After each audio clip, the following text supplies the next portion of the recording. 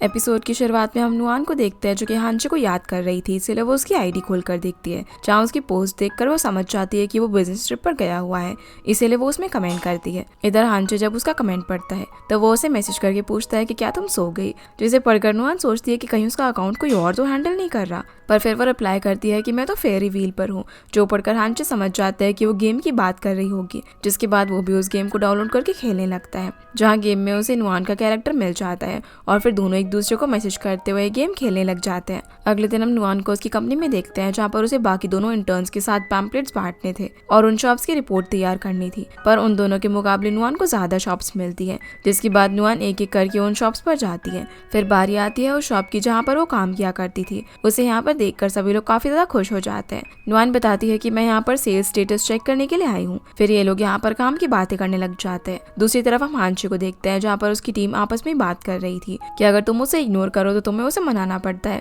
उसका favourite food लाना पड़ता है और उसे हक करना पड़ता है। जो सुनकर हांचे कहता है कि इतना सब, पर ये लोग तो यहाँ पर एक कैट के बारे में बात कर रहे थे। सभी हांचे को देखने लगते हैं कि भला तुम क्या सोच रहे हो। फिर हम हेलन को देखते हैं जो कि तीनों इंटर्न्स के बारे में बहुत से बात कर रही थी। गाओमिंग तो काफी स्मार्ट है और शॉ के पास काफी एबिलिटीज है और नुआन काफी टैलेंटेड है, जो कि हर चीज में अपना बेस्ट देती है।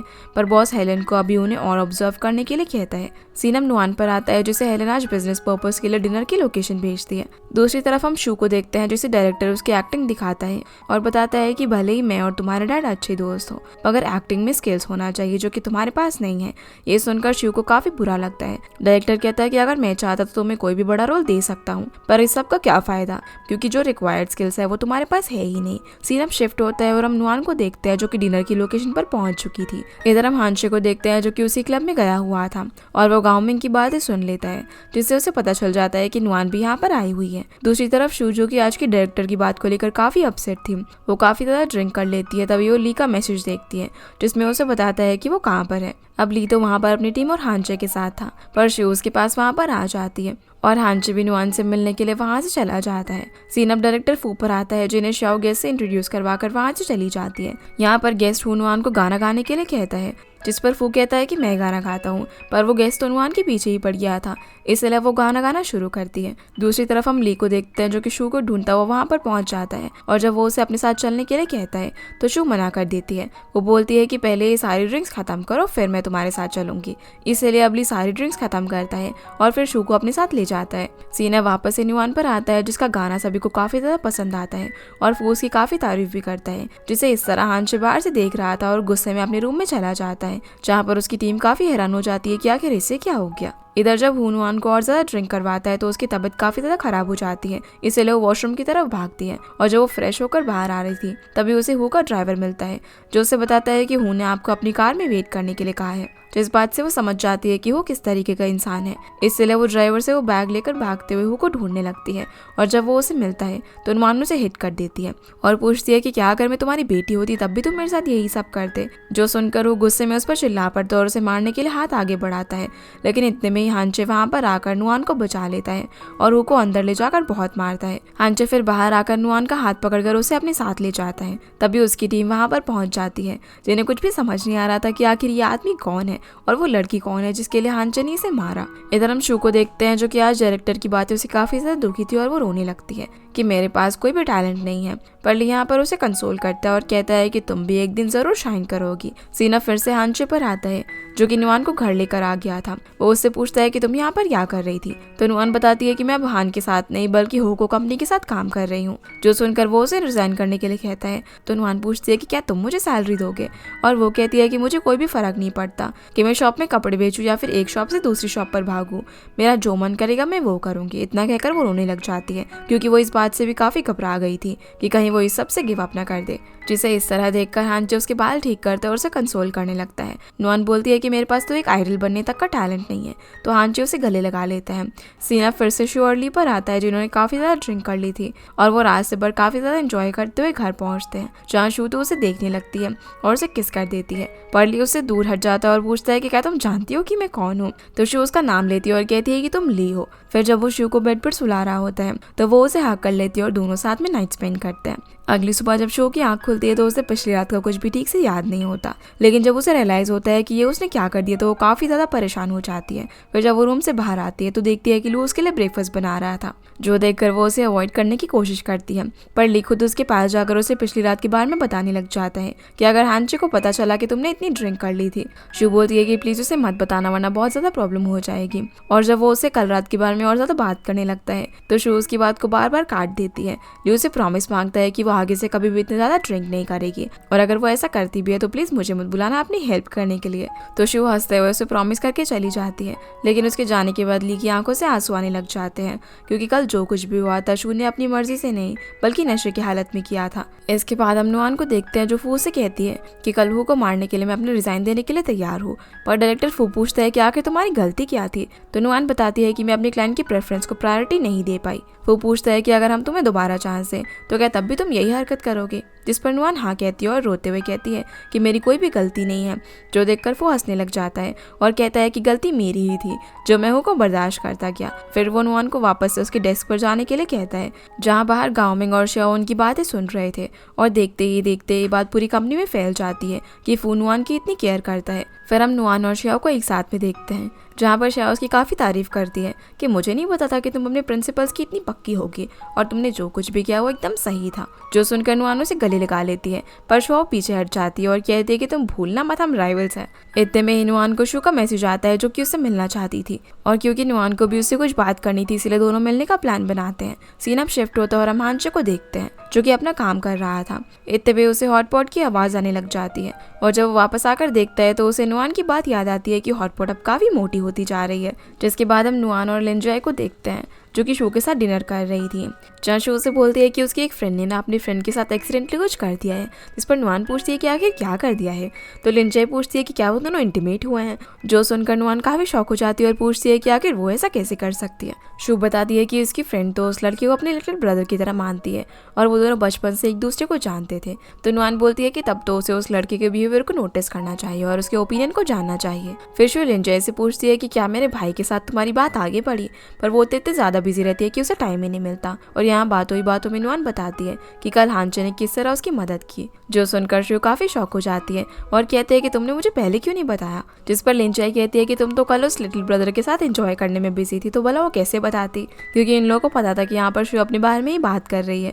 इसके बाद नुआन जब वापस से घर पहुंचती है तो हांचे उसे बताता है कि हॉटपॉट अब एक मॉम बन गई है, जो देखकर नुआन काफ़ी ज़्यादा खुश हो जाती है और हॉटपॉट को कॉन्ग्रेचुलेट करती है उसके 3 छोटे छोटे बेबीज़ के लिए। पर वो काफ़ी दुखी भी थी क्योंकि अब वो तीनों को यहाँ पर नहीं रख सकती थी। जिस पर हांचे बोलता है कि अरे तुम्हें ऐसा किसने कहा, तुम इन्हें यहाँ पर रख सकती हो। जो सुनकर नुआन खुशी के मारे हांचे को गले लगा लेती है और उसे थैंक्स कहती है, जिससे हांचे भी काफ़ी शर्मा जाता है। फिर वो नुआन को याद दिलाता है कि उसकी इंटर्नशिप इस हफ्ते खत्म होने वाली है, जो याद करके नुआन टेंशन में आ जाती है। अब अगले दिन कंपनी में इंटर्न्स को फ्राइडे तक अपनी रिपोर्ट सबमिट करनी थी और उसी से डिसाइड होगा कि कौन इस कंपनी में रहेगा। अब वो हांचे से मैसेज में बात करती है, जहाँ वो उसे उसकी रिपोर्ट में सब कुछ लिखने के लिए कहता है जो कुछ भी उसने ट्रेनिंग पीरियड के दौरान सीखा था। फिर सबके जाने के बाद नुआन एमी से पिछले दिन का डेटा मांगती है, पर वो उसे मिस्टर वांग के बारे में बताती है जिसके पास डेटा का एक्सेस था।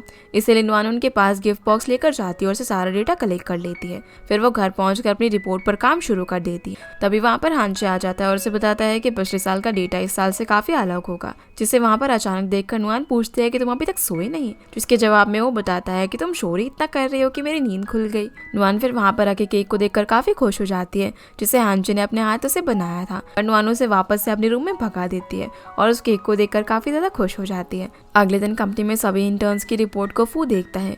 सबसे पहले बारी आती है श्याओ की, जहाँ वो अपनी रिपोर्ट सभी के सामने प्रेजेंट करती है।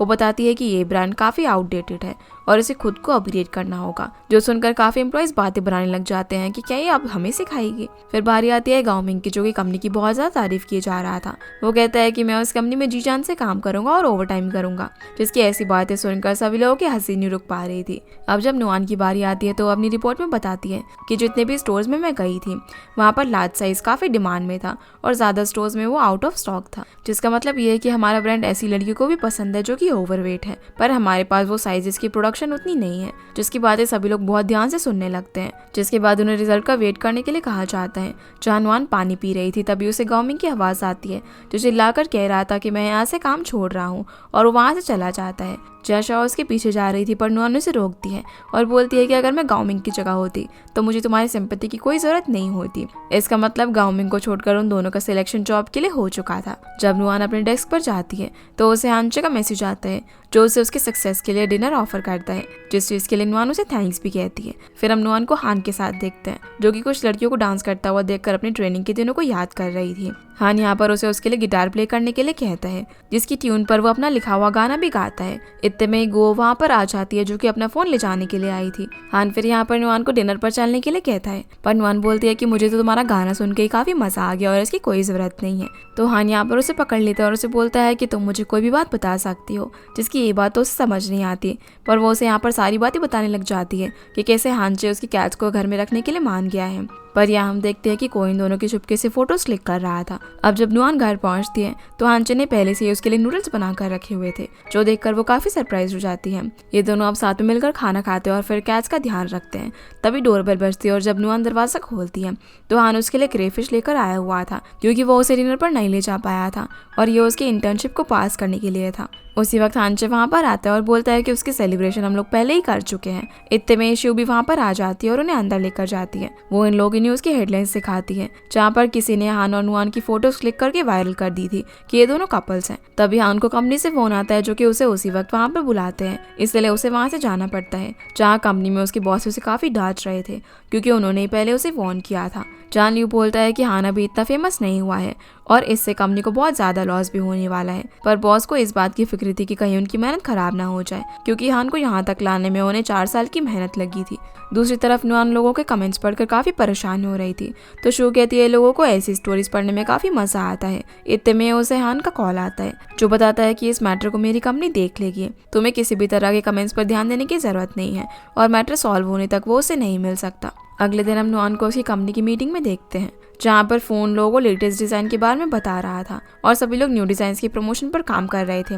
जिसके बाद एक स्टाफ उन्हें समझाता है कि जितनी जल्दी वो अपना प्रपोजल सबमिट करेंगे उतना जल्दी वो आगे प्रोसीड कर पाएंगे। नुआन भी शाओ से कहती है कि हमें डिजाइनर से मिलना चाहिए ताकि हम उनका पॉइंट ऑफ व्यू भी समझ सके, पर शाओ कहती है कि हमें इसकी कोई जरूरत नहीं है। जिसकी ऐसी बात सुनकर नुआन को अकेले ही काम करना पड़ता है और वो सभी से डिजाइनर के बारे में पता करने लगती है जहाँ किसी तरह से उसे उसका नंबर मिल जाता है। घर पर हम हानचे और शू को देखते हैं जिनसे अच्छे से मिले बगैर ही नुआन अपने घर में चली जाती है, जिसे ऐसे देखकर हानचे बताता है कि उसे काम का काफी प्रेशर है, जो सुनकर शू कहती है कि तुम्हें तो कुछ ज्यादा ही उसके बारे में पता है। वहीं हम नुआन को देखते हैं जो कि डिजाइनर को मेल करती है और उसे उनके कॉन्सेप्ट के बारे में पूछती है। इतने में शू वहाँ पर आ जाती है और उसे बोलती है कि आखिर तुम्हें वो काम मिल ही गया जो तुम हमेशा से करना चाहती थी। जिस पर नुआन कहती है कि पहले मुझे ये काम पसंद नहीं था पर अब मुझे ये काफी पसंद है। लाइफ हमेशा आपको सेकंड चांस जरूर देती है और ये चीज आपको पहचाननी होती है कि वो दरवाजा है या फिर वॉल जो आपकी सक्सेस के बीच में है। अब जब नुआन काम करते करते टेबल पर सो जाती है तभी उसे लिली का कॉल आता है जिससे वो डिजाइन्स की इंस्पिरेशन, कॉन्सेप्ट और भी काफी सारे डिटेल्स के बारे में पूछती हैं। अब अगले दिन हम कंपनी में देखते हैं कि सारी लड़कियां किसी हैंडसम लड़के को देखने के लिए गई हुई थी जो कि कोई और नहीं बल्कि हानचे था, जिसे वहां पर देखकर नुआन अपना चेहरा छुपा लेती है। मीटिंग में फू सभी लोगों को हानचे से इंट्रोड्यूस करवाता है जहाँ पर वो उसके विजुअल स्किल्स की काफी तारीफ करता है और वो उनकी कंपनी को इस प्रोजेक्ट में भी ज्वाइन कराने वाला था। जो सब देखकर नुआन शाओ से कहती है कि क्या ये इतना फेमस है, तो वो बताती है कि ये तो उससे भी कहीं ज्यादा फेमस है क्योंकि उसे विजुअल आर्ट्स के काफी सारे अवार्ड्स मिले थे। फिर केविन प्रोजेक्ट की पूरी प्लानिंग बताता है जो कि हानचे को गाइड करेगी और नुआन को एक्सेसरीज संभालने का काम मिलता है। मीटिंग खत्म होते ही नुआन तो यहाँ से भागने लग जाती है पर हानचे उसे रोक लेता है और एक गिलास पानी मांगता है। फिर जब हानचे अपनी टीम के साथ था तो वो लोग यहाँ पर बात कर रहे थे कि आपको अपनी कैट्स का ध्यान रखना चाहिए, उनके साथ सोना चाहिए और उनके साथ टाइम स्पेंड करना चाहिए। कैट्स काफी जेलस किस्म की होती है। इतने सारे पॉइंट्स को लिखने के लिए वो अपनी डायरी निकाल लेता है जिस पर उसका टीम मेंबर बोलता है कि अरे आपकी मेमोरी तो इतनी शार्प है, तो बोला आपको ये सब लिखने की क्या जरूरत। पर यहाँ तो हानचे नुआन की बात कर रहा था। वो बताता है कि मेरे पास एक वाइल्ड कैट भी है। फिर हम शू को देखते हैं जिसका आज सेट पर आखिरी दिन था। वो डायरेक्टर के पास जाती है और उसे कहती है कि आपने मेरी एक्टिंग के बारे में जो कुछ भी कहा था उससे मुझे काफी बुरा लगा, लेकिन वो सब कुछ सच था। फिर वो बताती है कि मेरा बैकग्राउंड हमेशा से ही ऐसा रहा है कि मुझे कभी किसी चीज़ की कमी नहीं हुई, इसी वजह से मैं एक्टिंग करियर में यहाँ तक आ पाई। पर अब मैं अपने आप को जान चुकी हूँ। जिसकी बातें सुनकर डायरेक्टर उसके सर पर हाथ रखता है क्योंकि थी तो वो उसकी बेटी की तरह। फिर जब वो ली के साथ थी तो वो उसे हिम्मत देता है और उसे न्यू ग्रुप को ज्वाइन करने के लिए कहता है। पर शो बोलती है कि मैंने अभी सबसे गिव अप कर दिया है और ये काम कभी भी नहीं करूंगी, जो सुनकर ली कार रोक देता है। शो उसे बताती है कि एक्टर बनना मेरा सपना नहीं था, बल्कि पॉपुलर होना मेरा सपना था, और नुआन को अपने काम में इतना मेहनत करता हुआ देखकर मैं समझ गई कि मैं किसी और चीज के लिए बनी हूँ। दूसरी तरफ हम नुआन को देखते हैं, जो कि ऑफिस में कभी किसी को कॉफी दे रही थी तो कभी किसी और के काम में हेल्प कर रही थी, जिसे इस तरह काम करते हुए देखकर हांचे को बिल्कुल भी अच्छा नहीं लगता। वो नुआन को अपने कैबिन में उसके लैपटॉप के साथ बुलाता है, जहाँ कैबिन में काफी देर तक खड़ी रहने के बाद नुआन पूछती है कि तुमने मुझे यहाँ पर क्यों बुलाया है, जिस पर हांचे कहता है कि तुम बाहर काफी शोर कर रही थी, इसीलिए अब यहीं पर बैठकर शांति से काम करो। जिसके ऐसे बिहेवियर को देखकर नुआन सोचती है कि पता नहीं किस तरीके का डेविल है। अब जब नुआन का काम खत्म हो जाता है तो हांचे उसे अपने साथ स्टूडियो में बुलाता है, पर नुआन पूछती है कि वर्किंग आवर्स तो खत्म हो गए हैं, तो फिर अब कैसा काम। पर हम देखते हैं कि वो तो उसे स्टूडियो की जगह रेस्टोरेंट में लेकर जाता है, जहाँ वो उसे बोलती है कि तुम इस कंपनी में आने से पहले मुझे बता सकते थे ना, क्योंकि मैं तो तुम्हें अब तक बेरोजगारी समझती थी। फिर वो खाते खाते बोलती है कि पता नहीं मुझे फिश इतनी पसंद क्यों है, जिसके जवाब में हांची कहता है कि कैट को फिश बहुत ज्यादा पसंद होती है। अब घर पहुंचने के बाद नुआन अपनी कैट हॉटपॉट को आज के दिन के बारे में बता रही थी कि किस तरह सभी लड़कियां उसे जेलस हो गई जब हांचे के साथ उसकी बात हुई। फिर हम हांचे को ली के साथ किसी प्लान को डिस्कस करता हुआ देखते हैं, जहाँ ली वो प्लान नेक्स्ट वीक पोस्टपोन करने के लिए कहता है, पर हांचे मना कर देते हैं और वो खुद रात को जाकर इस पर काम करता है। इतने में उसे नुआन का शोर आ जाता है, जो कि हॉटपॉट के साथ खेल रही थी, जहाँ उसे जाकर वो चेक करने लगता है तो उसकी आवाज़ सुनकर नुआन चुप हो जाती है और आंचे भी स्माइल करके वापस चला जाता है और म्यूजिक प्ले करते हुए अपना काम करता है, जहाँ उसे काम करते करते सुबह हो गई थी। तभी वो देखता है कि नुआन आज सुबह जल्दी काम पर चली गई है।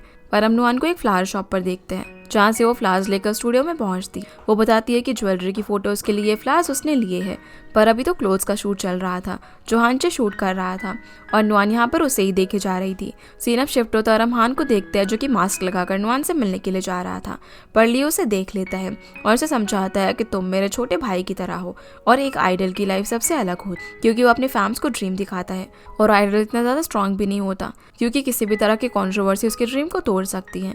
और बात रही नुआन की, तो तुम्हें उसके लिए कुछ करने से पहले अपने लिए कुछ करना चाहिए, जिसकी बात हान समझ जाता है।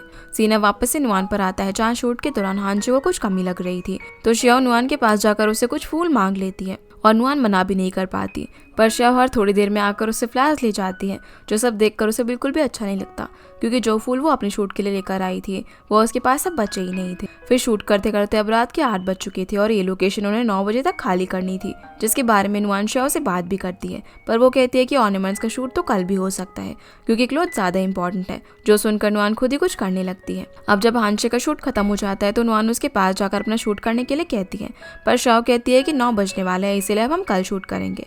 पर हांचे उसका प्लान पढ़ने लगता है और नुआन को अपने साथ ले जाता है और उसके शूट में नुआन की हेल्प करता है, जो देखकर नुआन काफी खुश होती है और हांचे को थैंक्स कहती है, पर ये सब देखकर शियाओ को जेलसी हो रही थी। फिर शूट खत्म होते होते अब रात के 2 बज चुके थे, जहाँ पर नुआन सभी को थैंक्स कहती है उसकी मदद करने के लिए, और वो हांचे और ली के साथ वापस जाती है, जहाँ कार में नुआन हांचे की काफी तारीफ कर रही थी, क्योंकि जैसा प्लान उसने बनाया था उससे काफी अच्छे रिजल्ट हांचे ने निकाले थे, और वो उसकी तारीफ करते करते उसके कंधे पर सर रख कर ही सो जाती है, जिससे हांचे को काफी अच्छा लगता है।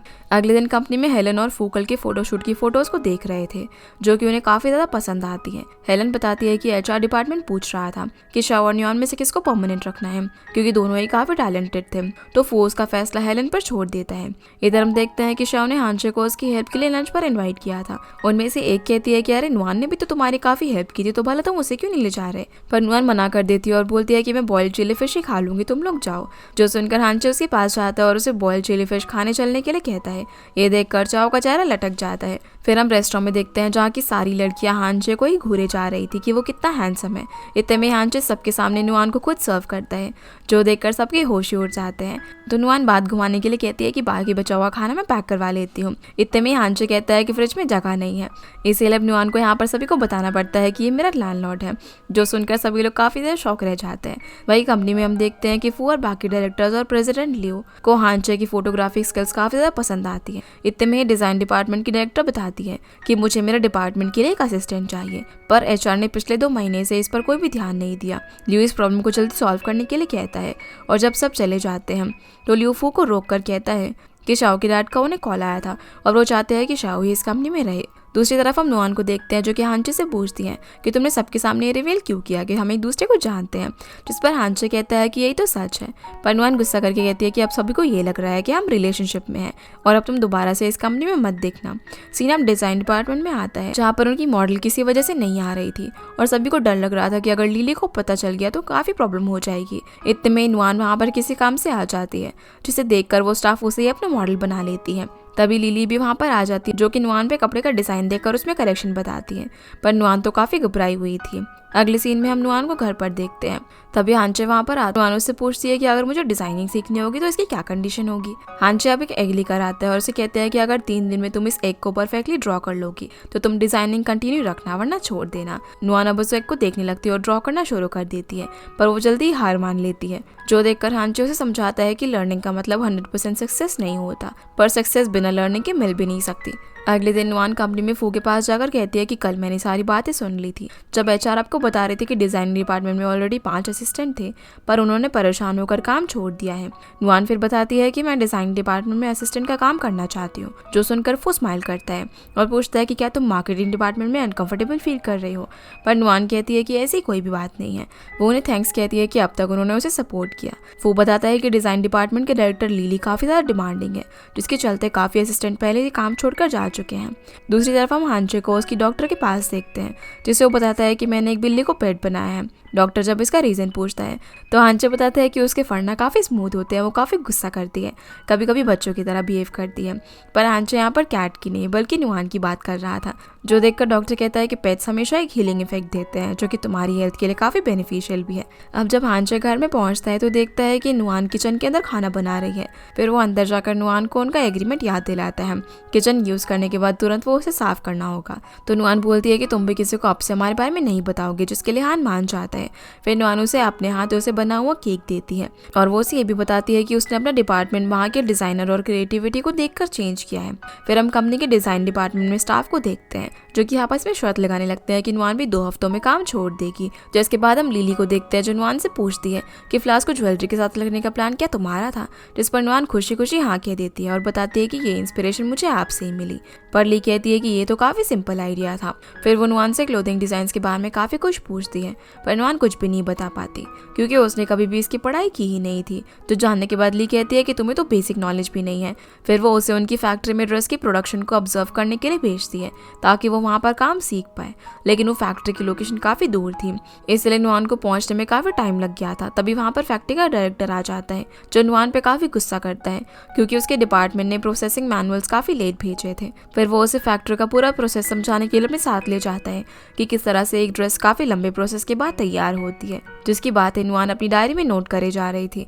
फिर डायरेक्टर उसे एक रेड ड्रेस का प्रोसेस मैनुअल देता है और कहता है कि सब कुछ चेक करके आप इसे साइन कर देना, लेकिन नुआन तुरंत साइन कर देती है, जिसके बाद डायरेक्टर वो पेपर लेकर वहाँ से चला जाता है। सीन अब शिफ्ट होता है और हम हांचे को देखते हैं जहाँ पर ली पूरी टीम को बताता है कि उनका 50% काम टाइम पर हो चुका है, जिसका कारण ली बताता है कि हम लोग अपनी लोकेशन डिसाइड नहीं कर पा रहे हैं क्योंकि ओपन लोकेशन में लाइटिंग और वेदर की प्रॉब्लम हो सकती है, लेकिन क्लोज लोकेशन में ऐसा कुछ भी नहीं होगा, पर वो काफी बोरिंग होगा। जो सुनकर हांचे सबका सजेशन मांगता है, जिस पर सभी लोग ओपन लोकेशन सिलेक्ट करते हैं, पर शायद ली को ये पसंद नहीं आता। सीना वापस से नुआन पर आता है जिस पर लिली काफी ज्यादा गुस्सा करती है क्योंकि जो ड्रेस तैयार हुई थी वो प्रोसेस मैनुअल के अकॉर्डिंग नहीं थी और एक स्टाफ कहती है कि इसमें गोल्डन बटन्स होने चाहिए थे, जिस पर नुआन कहती है कि मैंने तो प्रोडक्शन को अच्छे से चेक किया था और फैक्ट्री के डायरेक्टर ने जो साइन करवाए थे उसमें एक्सेसरी के बारे में कोई भी इन्फॉर्मेशन नहीं थी, पर उसकी बात सुनी नहीं जाती। इसलिए अब नुआन खुद ही उस ड्रेस के बटन को रिप्लेस कर रही थी क्योंकि फैक्ट्री के डायरेक्टर ने उस ड्रेस को वापस लेने से मना कर दिया था और नुआन के साइन भी थे वहाँ पर अप्रूवल के लिए।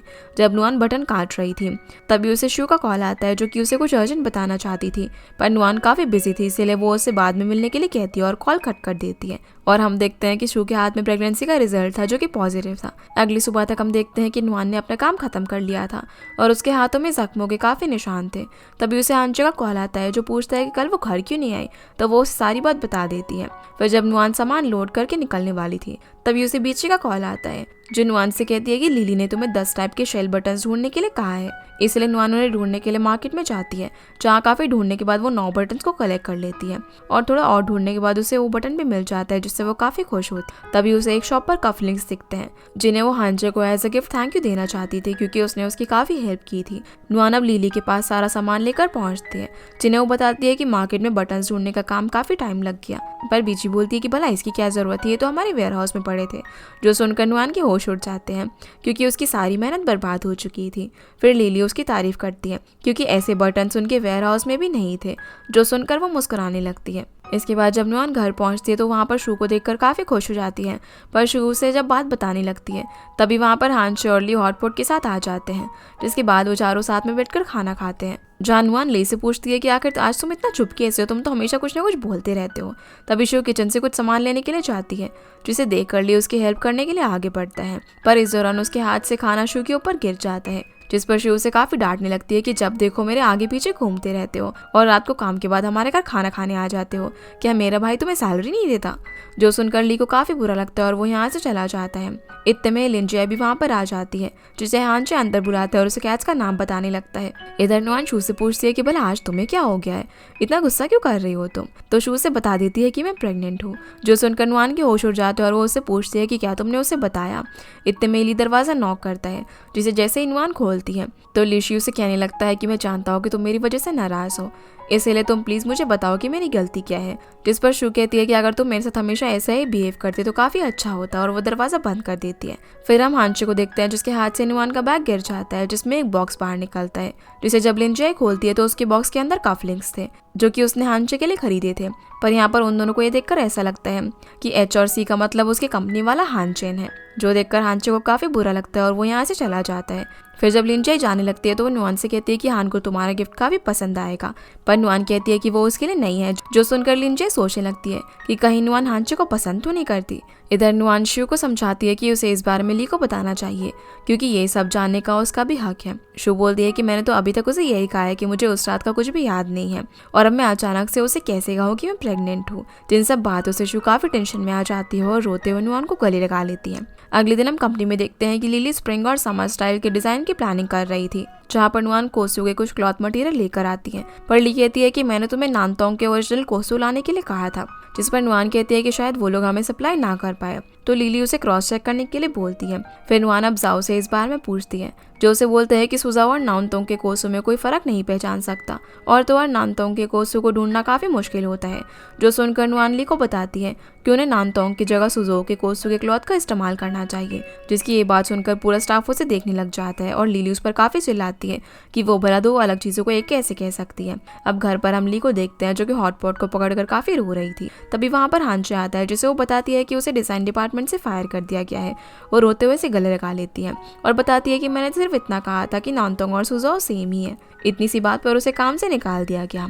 जो सुनकर हांचे उसे कंसोल करना चाहता था, पर उसे याद आता है कि उसने वो कफलिंग्स हान के लिए खरीदे थे।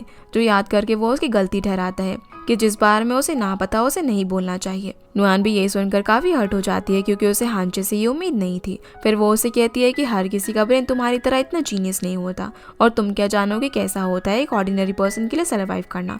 वो गुस्से में यहाँ से चली जाती है और डिसाइड करती है कि मैं ओरिजिनल कोसू ढूंढ कर ही रहूंगी। अगली सुबह नुआन जल्दी उठकर अपना बैग रेडी करती है और हांचे को मैसेज करती है कि वो एक बिजनेस ट्रिप के लिए जा रही है, इसलिए वो उसकी कैट का ध्यान रखे। जिसके बाद वो वहाँ से चली जाती है और एक लंबे सफर के बाद बस से नीचे उतरती है, पर उसे वहाँ पर कोई भी नहीं मिलता जिससे वो रास्ता पूछ सके। इतने में एक गाड़ी वहाँ पर आ जाती है जो उसे बताती है कि उसे यहाँ पर कोई भी दूसरी बस नहीं मिलेगी क्योंकि रूट चेंज हो चुका है।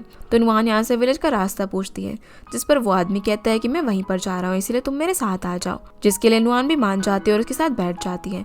पर कुछ ही दूर जाकर वो समझ जाती है कि ये आदमी उसे दूसरे रास्ते से ले जा रहा है, इसलिए वो हांचे को अपनी लोकेशन सेंड करती है और कॉल करने के लिए कहती है। जब हांचे उसे कॉल करता है तो उसका फोन स्विच ऑफ आता है, जिससे वो समझ जाता है कि कुछ तो गड़बड़ है। इसलिए वो ली को अपने घर में छोड़कर नुआन को ढूंढने के लिए चला जाता है। दूसरी तरफ हम हान को देखते हैं, जिससे नुआन का सपना आता है जिसमें वो प्रॉब्लम में फंसी हुई थी, इसलिए वो घबराकर नींद से उठ जाता है। सीन अब नुआन पर आता है, जो कि उस ड्राइवर के बिहेवियर को देखकर समझ जाती है कि उसके इंटेंशन सही नहीं है, इसलिए वो उसकी फोटो खींच लेती है और कहती है कि मैंने इसे इमरजेंसी नंबर पर सेंड कर दिया है और तुम्हारी और मेरी लोकेशन भी 5 लोगों को भेज दी है, इसलिए अगर तुमने मुझे नुकसान पहुंचाने की कोशिश की तो तुम बच नहीं पाओगे। जिससे वो आदमी कहता है कि कोई भी तुम्हें यहाँ पर ढूंढ नहीं पाएगा। नुआन बोलती है कि मैं मैं एक बिजनेस ट्रिप पर हूँ और मेरी कंपनी जानती है कि मैं कहाँ पर हूँ, और अगर कुछ भी हुआ तो अपना हाल सोच लेना। जिसकी बातों से वो आदमी घबरा कर अपनी कार रोक देता है और नुआन को उतार कर वहाँ से चला जाता है। इतने में बारिश शुरू हो जाती है, जिससे बचते हुए नुआन का पैर फिसल जाता है और वो रोड के किनारे फिसलते हुए नीचे गिरकर बेहोश हो जाती है। इसी के साथ ये एपिसोड यहीं पर खत्म हो जाता है। तो गाइस, ये थी आज की वीडियो एंड आई होप आप लोगों को ये वीडियो पसंद आई होगी। तो इस वीडियो को लाइक कर चैनल को सब्सक्राइब जरूर कीजिएगा। आपसे फिर मिलते हैं अगले एपिसोड में, तब तक के लिए गुड बाय।